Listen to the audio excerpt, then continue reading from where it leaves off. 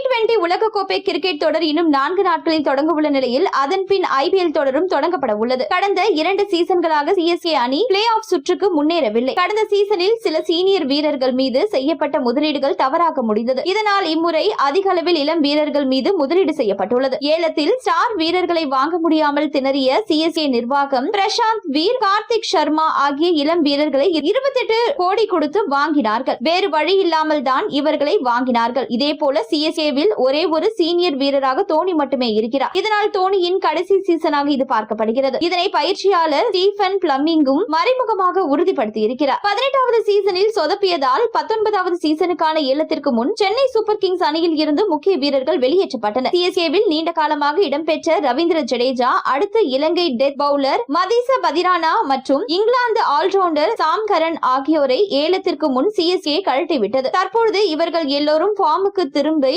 அபாரமாக செயல்பட்டு வருகின்றனர். குறிப்பாக சாம் கரன் தொடர்ச்சியாக பேட்டிங், பந்து வீச்சில் அசத்தி வருகிறார். மேலும் 16வும் டெத் ஓவர்களில் சிறப்பாக பந்து வீசி வருகிறார். இந்த நிலையில் ஏலத்திற்கு முன் சிறந்த வீரர்களை விடுவித்து ஏலத்தில் சிறந்த வீரர்களை வாங்காமல் இருப்பது போன்ற விஷயங்கள் காரணமாக அணி நிர்வாகம் மீது தோனி கடும் அதிருப்தியில் இருப்பதாகவும் தகவல் வெளியாகியுள்ளது. இதனால் IPL 2026 தொடரின் முதல் ஒரு சில போட்டிகளில் விளையாடிவிட்டு உடனே ஓய்வு பெற தோனி முடிவு செய்துள்ளாரா? எஞ்சிய போட்டிகளில் ஆலோசகராக மட்டுமே செயல்பட முடிவு செய்துள்ளதாகவும் இது குறித்து அணி நிர்வாகத்திடம் தோனி தெரிவித்து விட்டதாகவும் கூறப்படுகிறது.